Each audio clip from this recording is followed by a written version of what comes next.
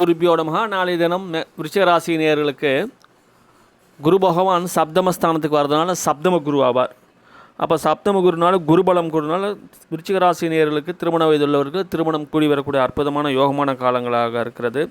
7ஆம் இடத்துக்கு வர்றதுனால வேலையில் பார்த்திங்கன்னா பதவி உயர்வு உண்டு, ஊதிய உயர்வு உண்டு, இடமாற்றம் கிடைக்கக்கூடிய நல்ல வாய்ப்புகள் உண்டு.